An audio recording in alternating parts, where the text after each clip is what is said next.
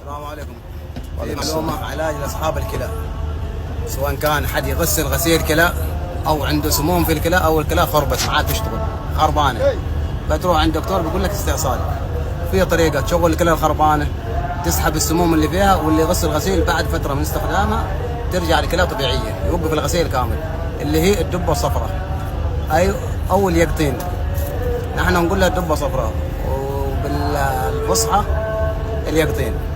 هذا يضوي له نص كيلو منها اليقطين، هذا الدبة صفراء بيتها في البيت. الصباح لا صلى الفجر ينزلها يصفيها من قشرها من البزر حقها ويغسلها بالماء ويقطعها وصل صغيرة ويسويها في الخلاط حق العصارة، يسويها عصير، يسكب لها حليب بقري، حليب حق غلم، حليب دانو، أي حليب، يضربها مع بعض ويخليها تصفى كوبين. كوب الصباح يشربه على الريق، والثاني يخليه عند النوم يواصل.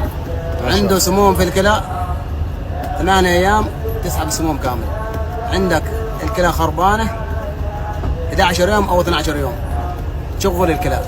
سبحان الله. عندك غسيل كلى واصل 2 3 واصل في استخدامها، مثلا تغسل في الأسبوع مرتين، يقول لك صاحب الغسيل الدكتور اللي يغسلها بيقول لك تعال نحن مرة في الأسبوع. سبحان الله. أيوة بات واصل بيقول لك خلاص أمورك طيبة ولا عادي. هذا مجربه. وأيضا حد عنده بروستات نفس الطريقة. بروستات يعني. بروستات ايه. هذا اللي البول يحتبس عاد يخرج، هذا برضه تفيد للبروستات. جزاك الله خير. ومجربه. وبيض الله وجهك. السلام عليكم. استخدام واحد كله يعني نفس الطريقة. استخدام واحد، نعم نفس الطريقة. بيض الله وجهك. جزاك الله خير يا صبري العامري، ونشكرك على المعلومة الطيبة، وإن شاء الله في ميزان حسناتك إن شاء الله الناس تستفيد من بعدك إن شاء الله. بعد الله ثم الأعشاب اللي قلت لك عليها اللي الآن ما يقارب عن 3 سنين. ما شاء الله. طلعت لأبو ظبي، طلعت للسعودية. ما شاء الله. وإن شاء الله أشكر عليها، والزيان اللي فيها تعطيك